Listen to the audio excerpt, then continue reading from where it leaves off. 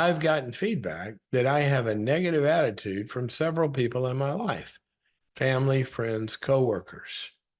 Unfortunately, I agree with them. Okay, I would edit that word. Fortunately, you agree with them.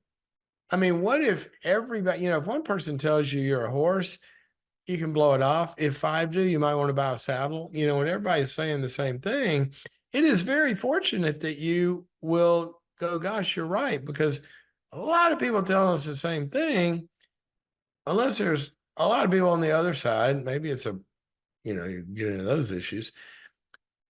But if everybody we care about, our family, our friends, our coworkers are telling us the same thing, and you say, unfortunately, I agree with them. No, fortunately, you've just proven yourself to be a wise person. You're listening to feedback.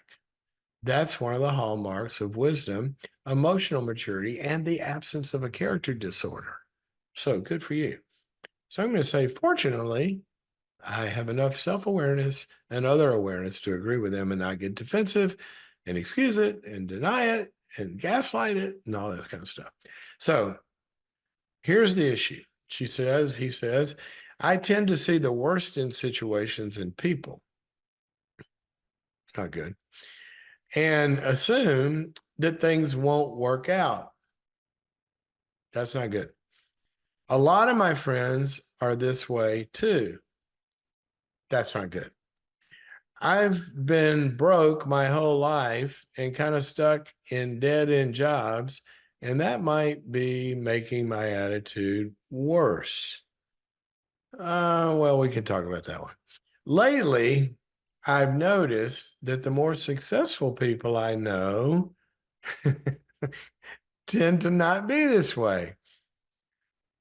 Absolutely right. And all of the data in the world would support you in that statement.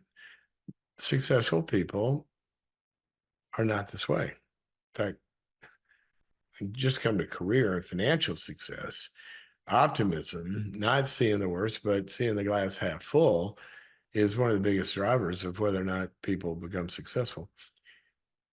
Since you've noticed that they're not like this, which makes me wonder whether successful people think differently than I do, and if so, how? What a great question.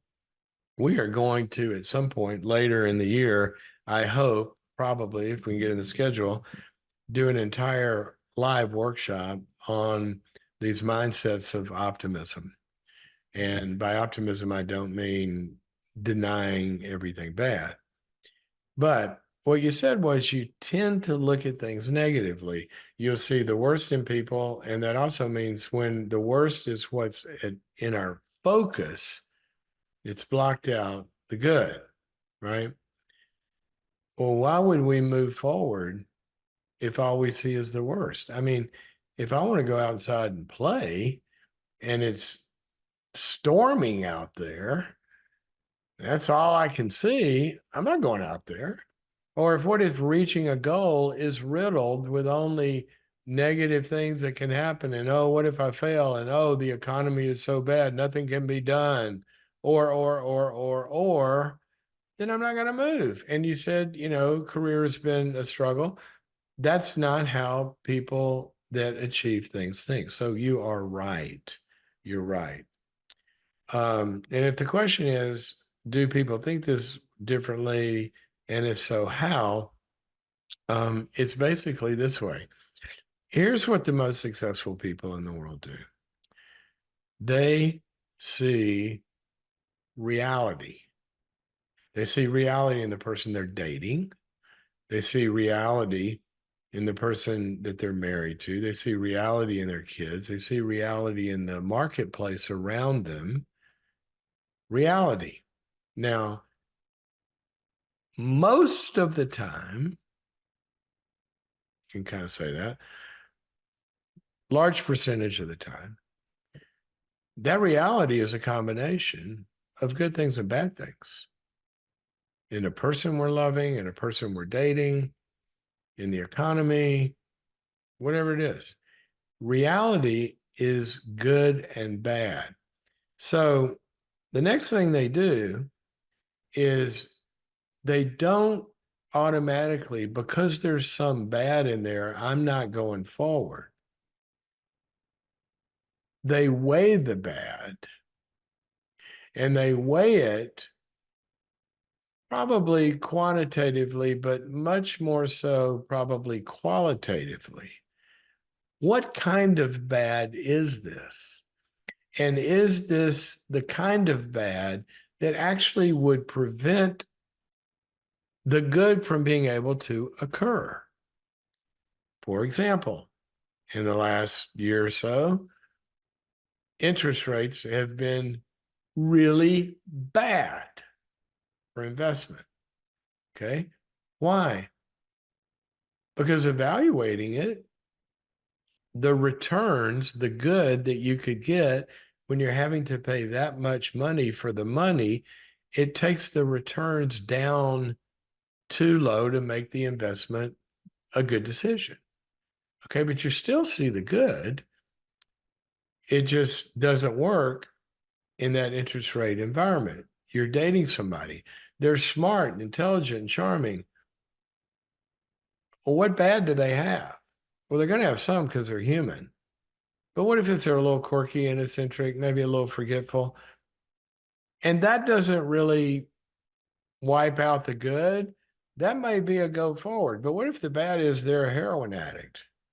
Well, all that good's still there, but I'm not moving forward, just like I wouldn't, buy a rental property to flip if interest rates are double digit or something, because I can't get a return. So you can't get a return on the negative aspect of a relationship with this very otherwise good person.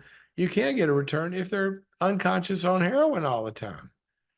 So it's not that we don't see the negatives, it's we evaluate the negatives. Every marriage, look at the research on marriage. John Gottman showed this, that, and I think I'm pretty sure Martin Seligman showed this in his optimism research as well, that every marriage, basically the great marriages, they have a little bit of a skewing things more to the positive than even a little reality is. This is like the 90-year-old couple that's rocking on the rocking chair and been married for 70 years. And, they each look like they've got a few years on them. And he looks in her eyes and he's just adoring. And isn't she beautiful? Isn't she just so beautiful? And yeah, she's beautiful with a lot of her qualities and this, that, and the other. But he's kind of seeing, or she's seeing when they had other kinds of beauty as well, but they just love them, and they kind of like the good.